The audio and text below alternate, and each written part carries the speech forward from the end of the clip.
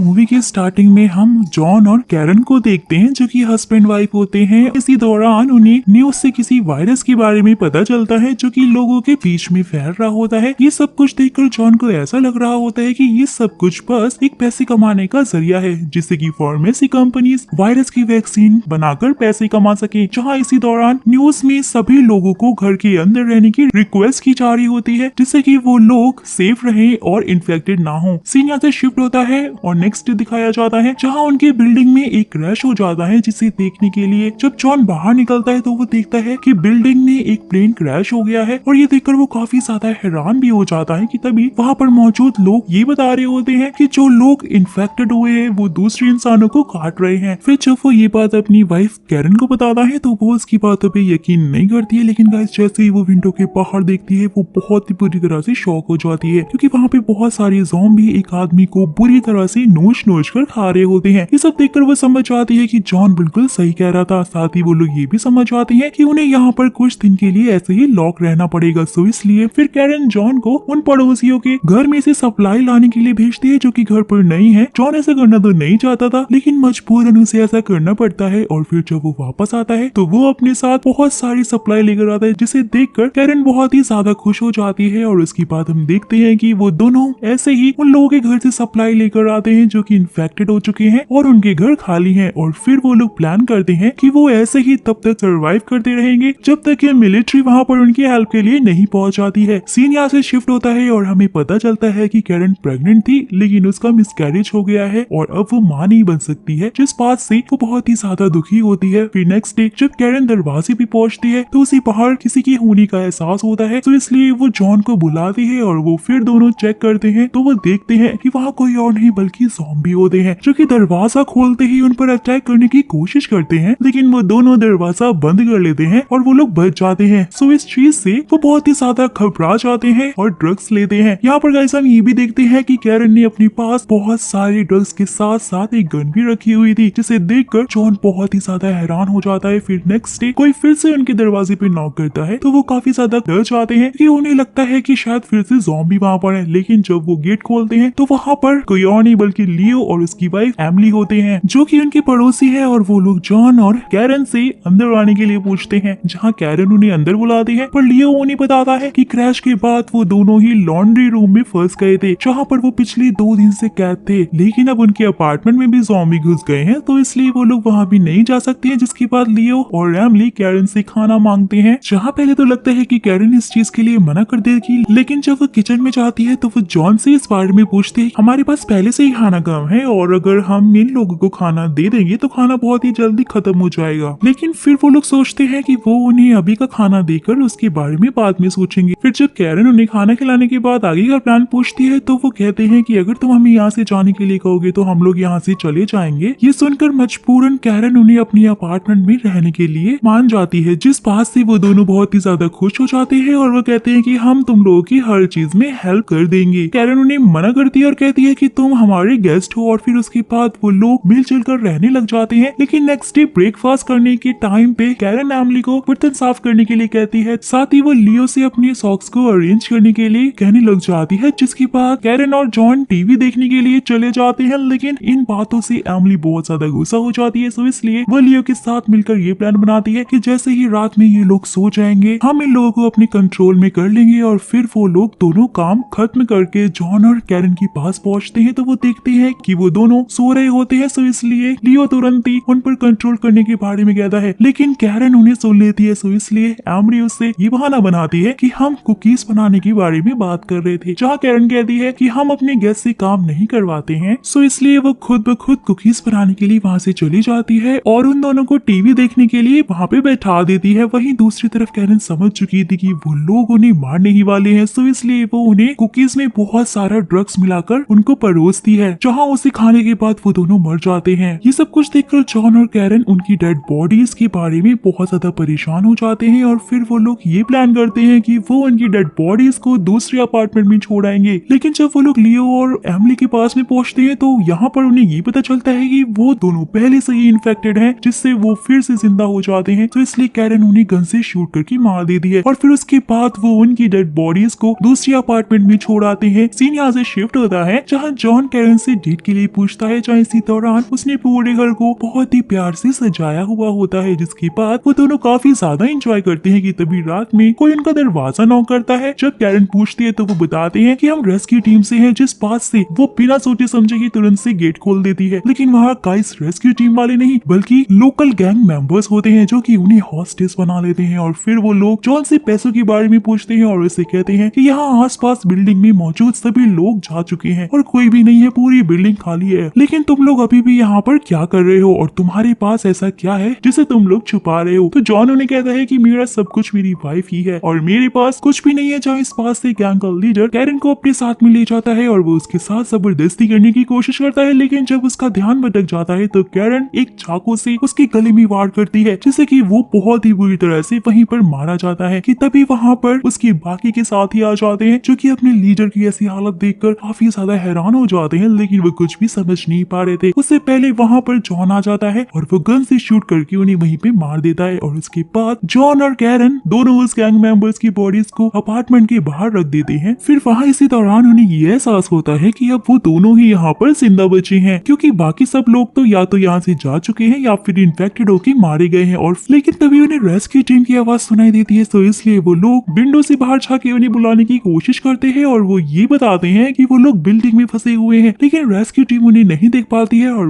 वो वहाँ से चली जाती है। तो इसलिए वो उन्हें बुलाने के लिए बिल्डिंग से बाहर जाने का फैसला करते हैं। लेकिन दरवाजा खोलते ही वो दोनों देखते हैं कि अपार्टमेंट के चारों तरफ ज़ॉम्बी ही ज़ॉम्बी हैं। तो इसलिए उनका बाहर जाना इम्पॉसिबल है और क्योंकि उनका खाना भी अब खत्म होने वाला है, तो इसलिए वो दोनों बहुत ही ज्यादा परेशान हो जाते हैं। फिर नेक्स्ट डे वो लोग जैसे तैसे हिम्मत करके अपार्टमेंट से बाहर निकलने का प्लान बनाते हैं और ज़ॉम्बी का सामना करते हुए वहाँ से निकल रहे होते हैं। लेकिन कुछ देर बाद उन्हें वापस अपार्टमेंट में आना पड़ जाता है, क्योंकि बाहर के हालात बहुत ही ज्यादा खराब थे। बहुत सारे ज़ॉम्बी वहाँ पर घूम रहे थे। यहाँ पर कैसे हमें ये भी पता चलता है कि जब जॉन और कैरन ज़ॉम्बी का सामना कर रहे थे तो उन पर ज़ॉम्बी ने अटैक कर दिया था, जिस कारण से कैरन जख्मी हो गई थी। लेकिन जॉन उसे समझाता है कि सब कुछ ठीक हो जाएगा, क्योंकि हो सकता है कि मिलिट्री के पास कोई वैक्सीन हो, सो इसलिए तुम्हें बस उनके आने तक जिंदा रहना है और खुद को संभालना है। सीन यहाँ से शिफ्ट होता है और जब कैरन सोने की कोशिश कर रही होती है तो उसे बहुत ही अजीब से विजन्स आ रही होती हैं, जिस बात से वो बहुत ही ज्यादा परेशान हो जाती है और दरवाजे की तरफ बढ़ने लग जाती है। लेकिन जॉन भी जाग जाता है। जब वो उसे इस बारे में पूछता है तो कैरन उसे अपने नाइटमेयर के बारे में बता रही होती है और साथ ही साथ वो ये भी कहती है कि मेरे अंदर कुछ बहुत ही खतरनाक पनप रहा है, जिससे कि मेरी भूख बढ़ती जा रही है और इस चीज को मैं कंट्रोल नहीं कर पा रही हूँ। ये सुनने के बाद जॉन अपना हाथ काटकर अपना ब्लड निकालता है और उसे कैरन को पीने के लिए कहता है। जहाँ पहले तो कैरन उसे पीने से मना कर दी है, लेकिन जब वो उसे पीती है तो उसे पता चलता है कि उस ब्लड से उसकी भूख मिट रही है। लेकिन वो जॉन को ऐसे करने के लिए मना करती है, तो वो उसे समझाता है कि